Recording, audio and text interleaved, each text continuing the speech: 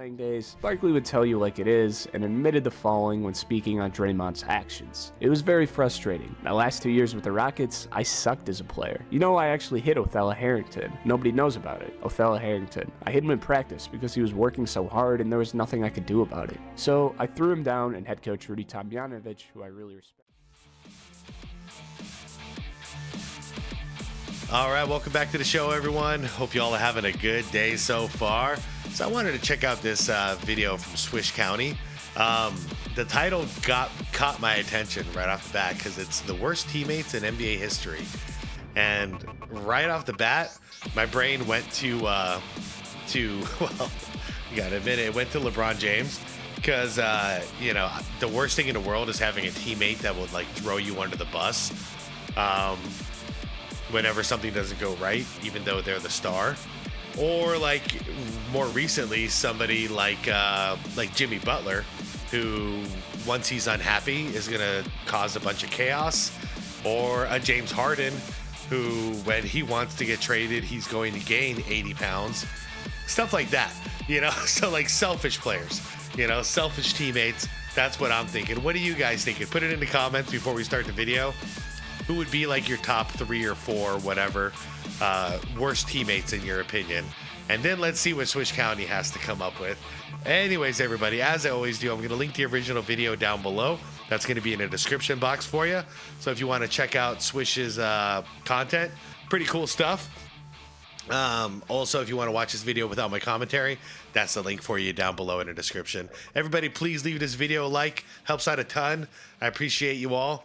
And let's see what he comes up with. These are the worst teammates in NBA history, starting with Tony Hydra wife Parker. Now, Tony Parker is an all-timer, 6-time All-Star, 4-time All-NBA, and one of the most pivotal players in the Spurs dynasty with 4 rings and a Finals MVP on his mantle. The Spurs, by most metrics, are nearly a perfect team, and by the end of their run, given their culture, the trust they played with, and their selflessness on the floor, there were moments where this team was playing what was the most perfect basketball ever played. But before Kawhi made a name for himself with the Finals MVP, before the close call with the Ray Allen 3-ball, and before their final chip as a ball club, this team nearly crumbled, and it was all because of the slimy, despicable actions of the man who was running the show. The year was 2010. Tony was about to take over the reins as the best player on the team, as Timmy D was approaching his mid-30s alongside Ginobili. Things were looking up for Tony. The Spurs were on fire, finishing at 61-21, as Tony was entering his absolute prime at 28 years old. And he was married to Ava Longoria, who was an absolute smoke show. Okay, Life was pretty good that. in San Antonio. Well, November... She was on, like, Desperate Housewives or something, right?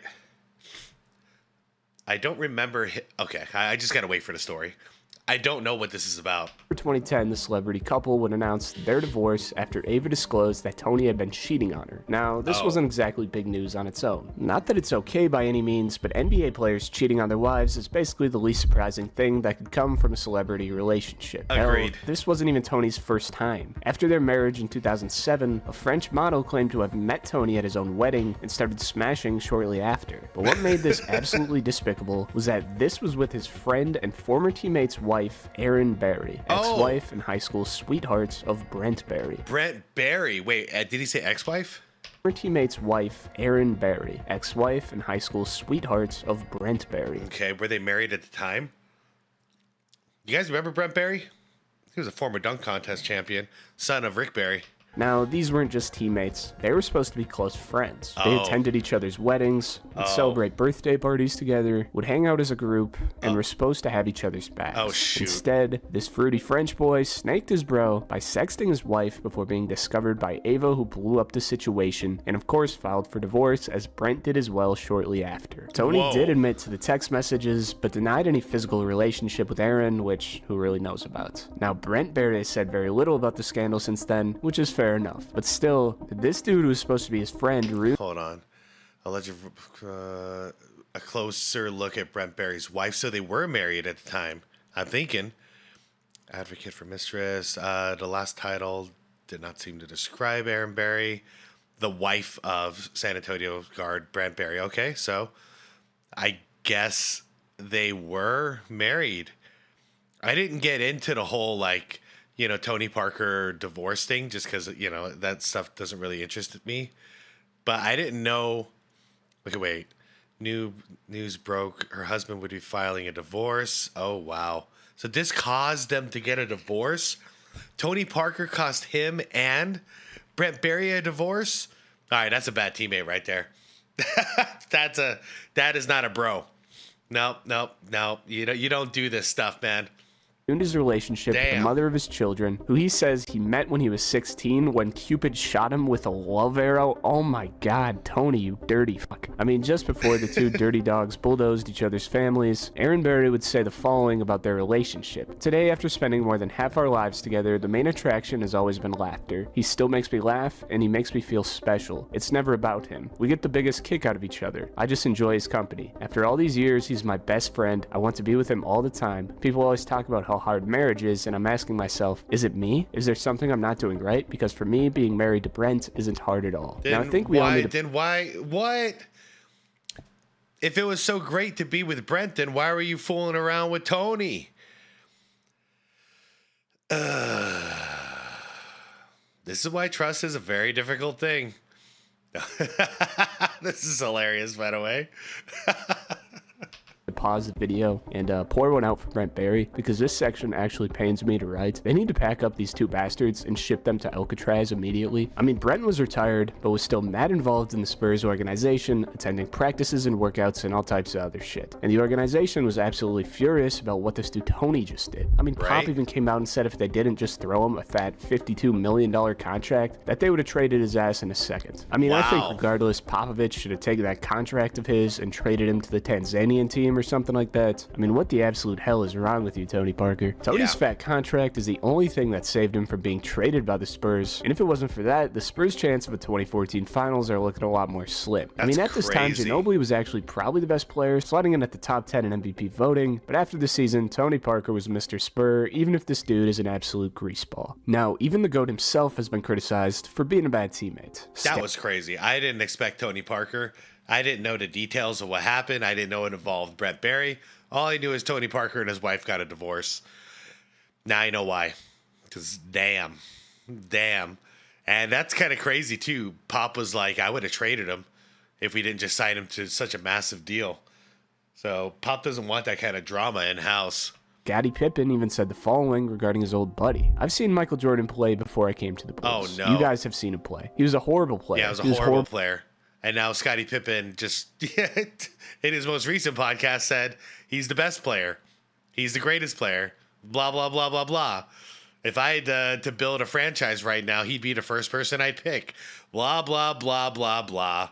To play with. It was all one-on-one shooting bad shots. Now, Scotty is obviously salty, and his relationship with MJ is as convoluted as it gets. But that's not to say there aren't a million and one stories of MJ being a grade A asswipe to his teammates. MJ had no problem airing his grievances with teammates out publicly. He would go as far as to call his teammates garbage men and criticize how hard it was to play with him when he doesn't have the ball 24/7. MJ would go on to say the following about John Paxson and Ed Nealy.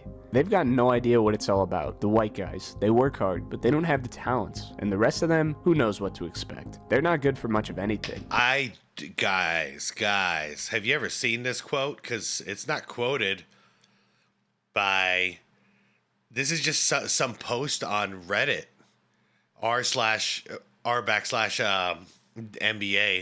from some dude named Corey Evesap.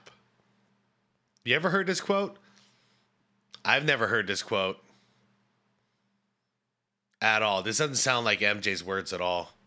Regarding Stacey King, he would say, big, fat guy. 1 rebound in 3 games. Power forward, maybe they should call it power. So this is from Reddit/Chicago Bulls. Him and Stacey King are still friends, by the way. Forward. Now, it didn't matter who you were from starters to the end of the bench. And when Jordan saw his own teammate Charles Davis sorting through tickets for friends and family for a game, MJ told him, they don't need a ticket to watch you sitting on the bench. They can go to your house for that. Now, MJ was certainly an asshole, and kind of gets a pass for it because he was the ultimate competitor, but insulting your teammates for wanting to bring his family to a game definitely didn't help anybody put the ball in the basket that night. Now, the beefs of Michael Jordan certainly don't stop there. Dude, in the 80s and the 90s, we used to bust chops like this all the time, though. That's a joke, you know, like if you read it in a statement like that, it hits different. But in jest, in the moment, when you're just like messing around with your boys, we still do this kind of stuff. You just can't do it publicly anymore because everyone freaks out. It's such a big deal. It's called joking. As Horace Grant once spazzed on MJ screaming, "Screw you, MJ. All you care about is your points and everyone knows it." Before Jordan screams back, "You don't care about anything but yourself. You're an idiot. You've screwed up every play we ever ran. You're too stupid to even remember the plays. We ought to get rid of you." This certainly wasn't the end of the beef, as after Horace would play poorly, Jordan instructed a flight attendant on the team jet that Horace had lost his food privileges and would not be able to eat anything during the duration of the flight. Jordan would also let his petty beefs get in the way of his on-court play. After disagreements with big man Bill Cartwright, Jordan instructed Sam Vincent, Horace Grant, and Scottie Pippen to not pass to him, or else they would not be touching the ball anytime soon. Even Scottie Pippen wouldn't be off the hook from Jordan's mockery, despite being one of the best players in the league and such an essential piece of Jordan's legacy. After a poor Game 7 performance in the Eastern Conference Finals while playing through severe migraines, Jordan went on to tease Scottie for his whittle headache throwing off his game. I mean, I'm not trying to glaze LeBron here, as some of you old heads in the comments are already typing. Wait. King attest. What are we talking about? King. Stacey King? Attest that Pippen really had a migraine in that controversial game loss. I believe he did. Yeah, of course he did. It was terrible timing, though. It is what it is. They lost the game. Scottie had a migraine. Like, what are you going to do? It sucks, but it's real. It happened. They had to wait for the next year to go win a championship. But, shit happens. Throwing off his game. I mean, I'm not trying to glaze LeBron here, as some of you old heads in the comments are already typing out, but for articles to come out saying people don't want to play with LeBron in LA, can you fucking imagine how many people didn't want to be violated by MJ? I mean, according to teammates, this dude practically ruined Rodney McRae. When the two players are on opposite teams in scrimmages, Jordan is in Rodney's face screaming, "You're a loser. You've always been a loser." Now, Rodney can hardly put up a jumper. After Jordan's bullying, McRae went from a this was common. We used to do this as kids and teenagers too on the basketball court. Your best friend becomes your worst enemy when he's on the opposing side. That's how we get better. That's how we get stronger, is by going against the best and trying to beat the best. That's just part of the game. That's sports for you. At least that's what sports used to be like. Fine player for most of his career. The LeBron thing, nobody wants to play with LeBron because he's going to throw you under the bus. He's going to be selfish out there, but he's going to act nice. So he's going to act nice to your face, but then he's going to be a snake behind your back. Jordan was the opposite. If he's got something to say, he's saying it right to your face. I prefer that method, tell you the truth. When I was younger, I used to believe it would be nice if people were nicer. But now that I'm older and I see people are just nice, to your face, but then behind your back, they're doing all kinds of weaselly things. All kinds of snake behavior. No, I'd rather someone, if you're gonna be outspoken, let me know. You don't like me? All right, let me know why. Cool. Now let's move on.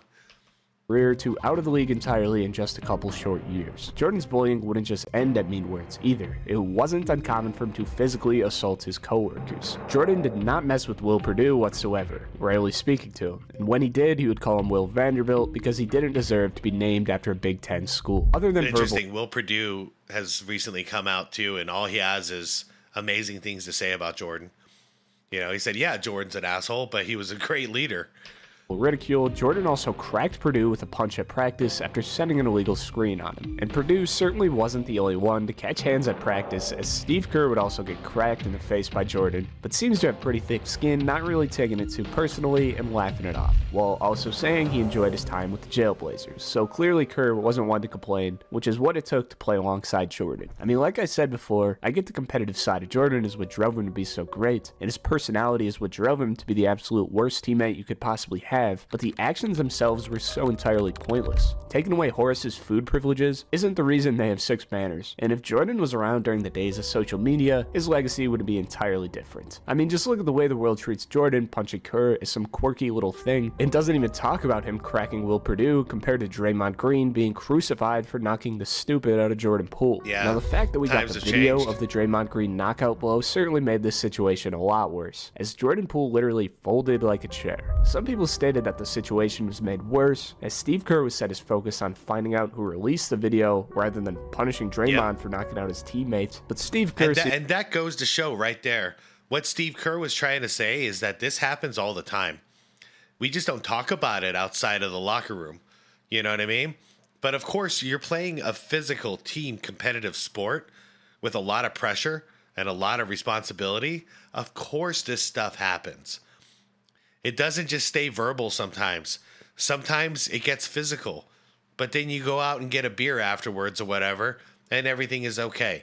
You know, because oh man, we lost our cool. We're in the moment. You know, you said this, and it put me over the edge. You know, like, yeah, we're cool, man. Let's go get a beer. Like, that's literally how it is.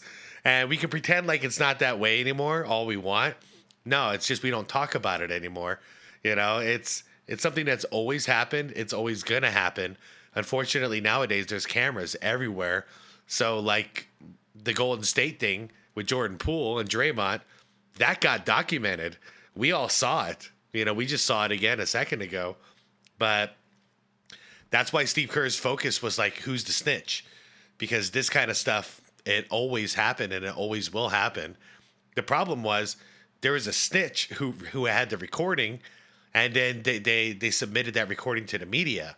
So his big concern is like, find the snitch, you know, get rid of the snitch.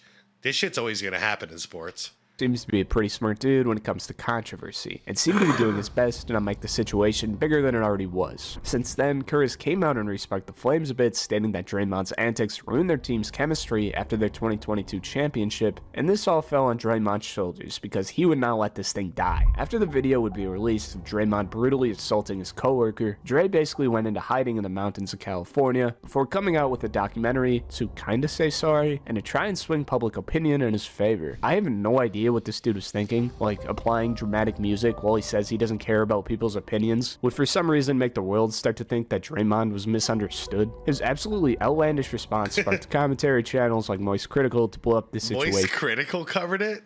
Wow, okay. Even more. Draymond trying to spread this narrative that he's some misunderstood star that the world doesn't realize the brilliance of, but in reality, we all saw the video. And no matter what justification See, there's a difference. Draymond does this kind of stuff. This kind of stuff is not cool. You know, there's no reason to do this, especially against. He's playing for my team, man. Put through it. Come on, We've all witnessed his lack of control result in violent outbursts for years. What's the point of that?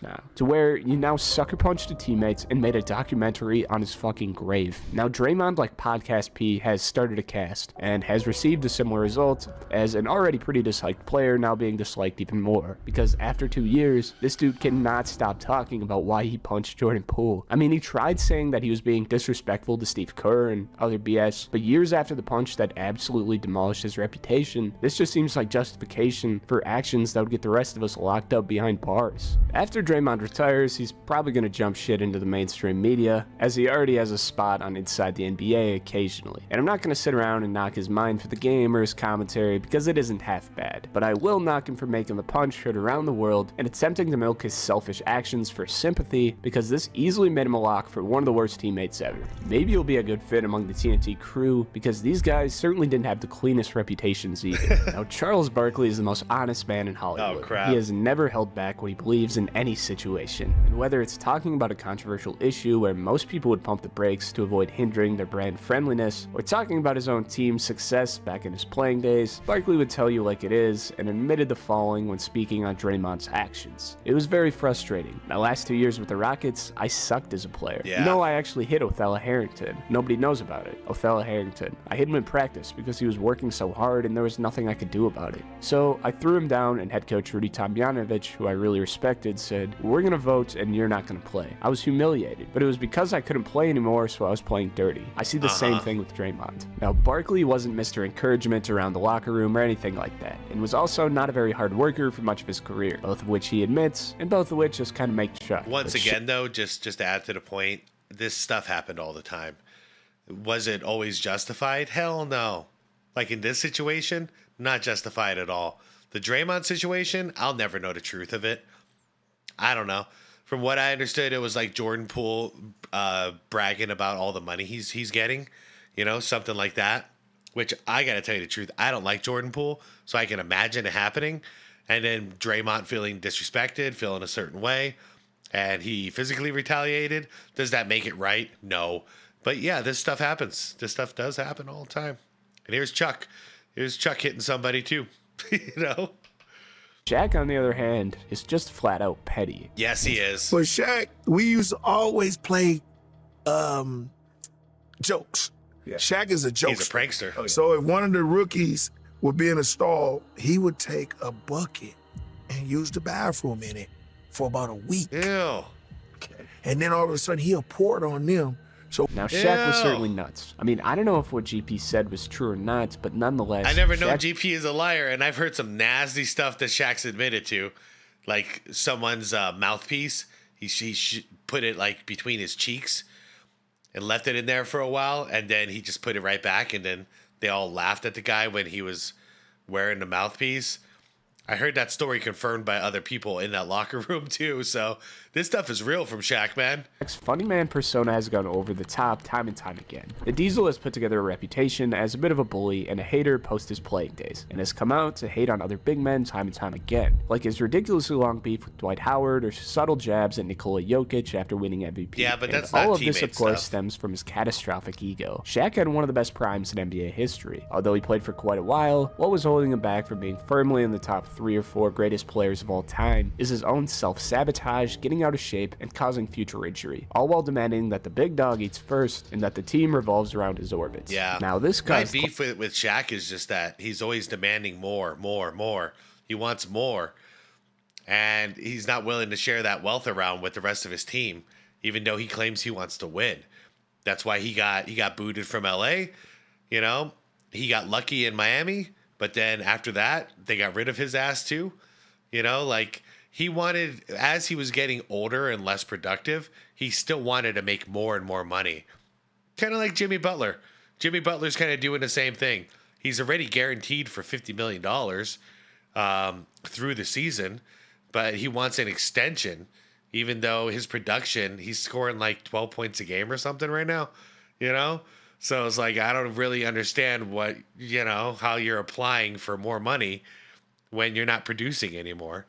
But Shaq did the same thing.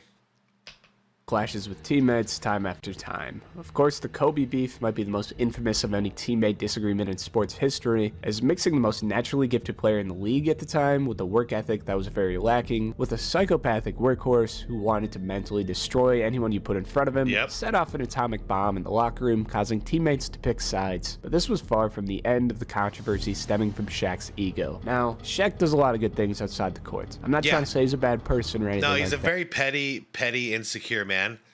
But he's very kind. He's very kind, very giving, very funny. But he has his flaws. It's always the insecurity.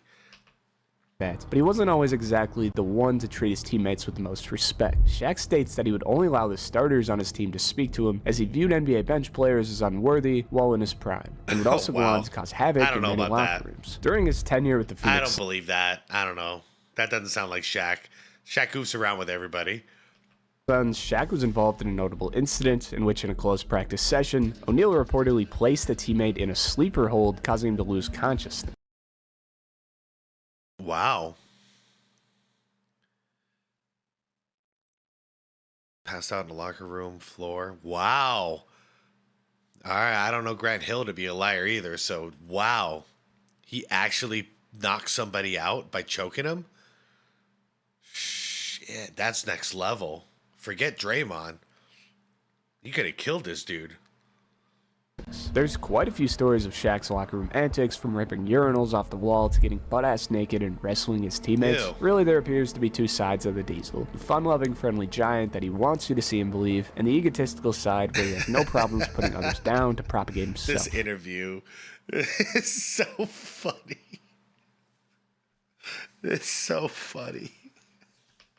And although Shaq isn't a villain or anything like that, he's certainly no angel. But Jimmy Butler, on the other hand, absolutely loves being the bad guy. Jimmy, throughout his entire career, has had an absolute addiction to drama and attention, but few moments in his career were as chaotic as his time in Minnesota. When he arrived, he positioned himself as the ultimate team player, as a playmaker and defender. He talked about letting Wiggins and Town handle the scoring while he stepped into the role of a glue guy and veteran leader, helping to mold the young stars of the franchise alongside experienced players like Derrick Rose. But it didn't take long for things to completely unravel. Within what felt like minutes, he went from being the team captain to openly trashing his teammates, calling them soft, and doing everything imaginable to burn bridges and force his way out of Minnesota. It wasn't just dramatic, it was over-the-top theatrics that left the franchise in shambles and fans shaking their heads. I know, we gotta really consider it at this point. He's done this, 4 times now?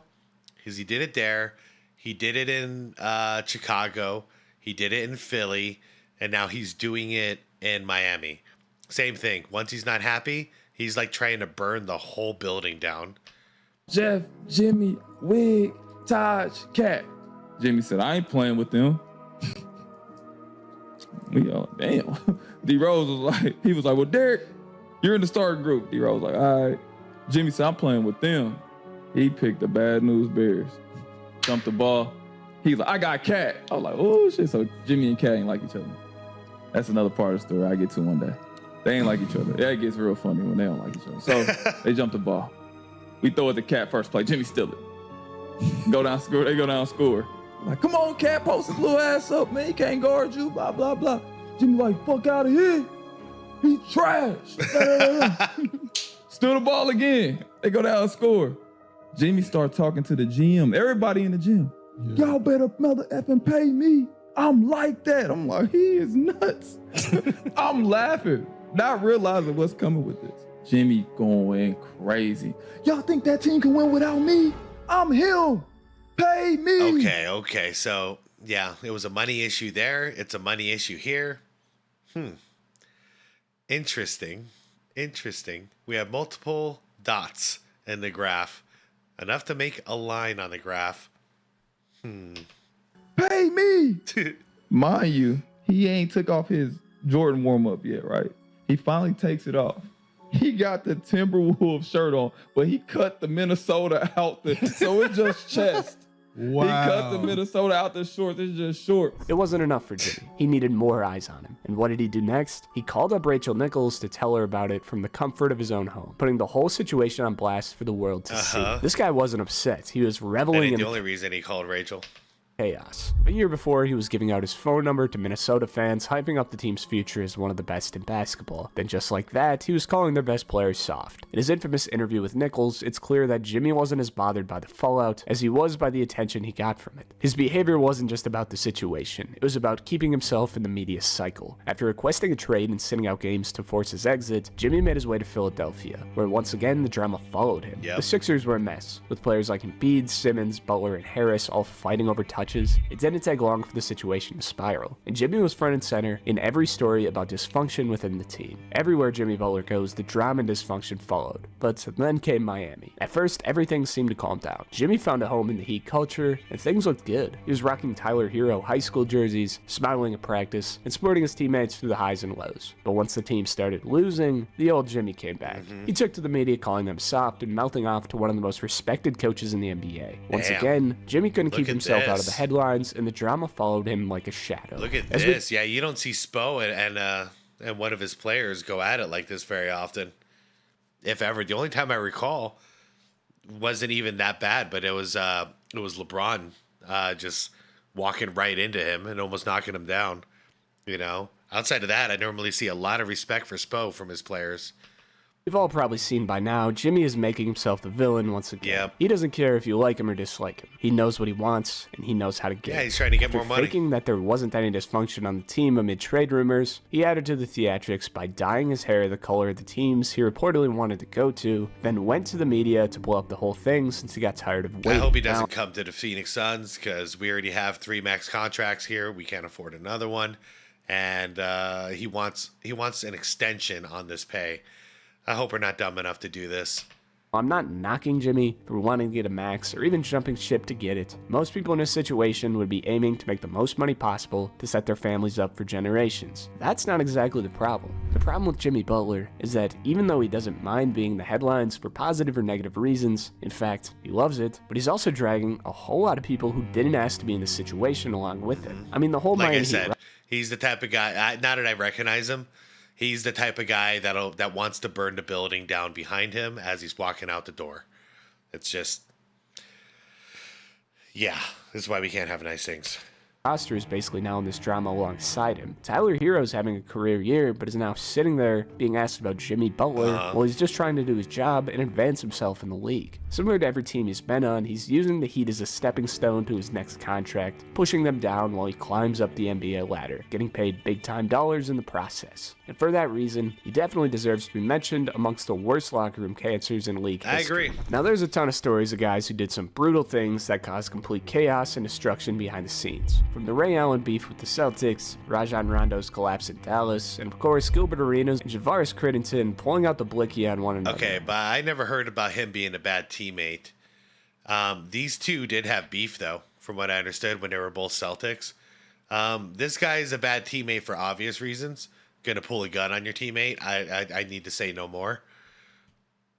What you may not know of is the degenerate career of Elvin Hayes. Okay. Now, Elvin Hayes retired as one of the greatest to ever play, at third in rebounds and third in points in NBA history at the time he hung it up. But rarely do you hear him talk about it. That's partially due to the fact that everybody that came into contact with him fucking hated him. While his career stats and individual accolades are undeniable, his reputation as a team player and his overall impact on winning are much more questionable. Hayes often comes off as the quintessential stat guy, who's more focused on personal achievements than actual team success. He's LeBron James. I got you. Okay.